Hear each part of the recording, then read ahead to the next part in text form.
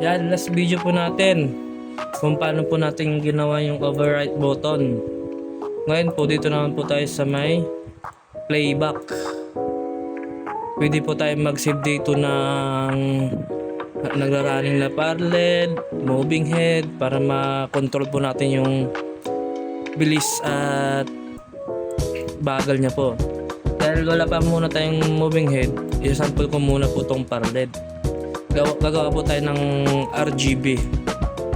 Yung nag-iibang kulay po ngayon po. Record 500 po lahat dyan. 500. Ay click pa natin tong parled, record, tapos 500 po lahat. 500 yan po. Buksan po natin dimmer, red. Add po natin yan. Sunod po natin yung green. Add. Sunod po natin yung blue.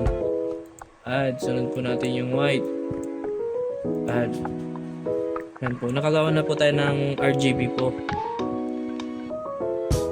Save po natin. Dito po sa yan. Parled. RGB.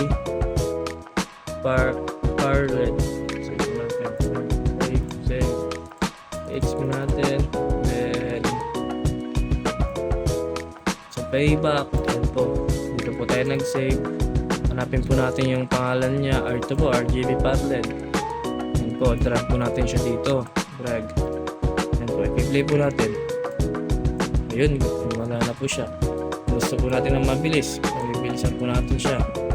Mabagal po. Yan po. Mabagal.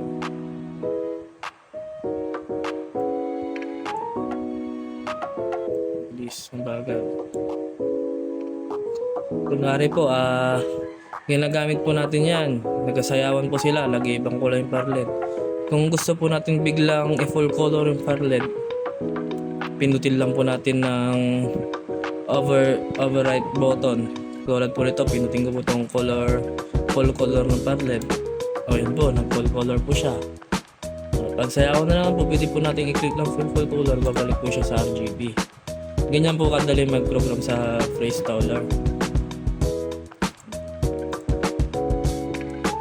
Bali, abang-abang lang po kayo sa mga tutorial ko pong video sa Freestoller. Tuturo ko din po yung mga hotkey niya po dito, mga shortcut key. Ayan po. Ang next video po natin kung paano po tayo gumawa na mag-create ng playback sa moving head. Para hindi po kayo mahirapan. May mga preset na po siyang gamit dito na di mo na kailangan mag focus ng mga parled, basta may preset mo siya. Sa next video po natin, doon po natin siya ituturo. Maraming salamat po sa suporta. Huwag niyo pong kakalimutan mag-follow and subscribe po sa akin YouTube channel po. Maraming salamat po, sana po matulungan niyo din po ako at matulungin ko din po kayo. Maraming salamat po. Abang na lang po sa next video.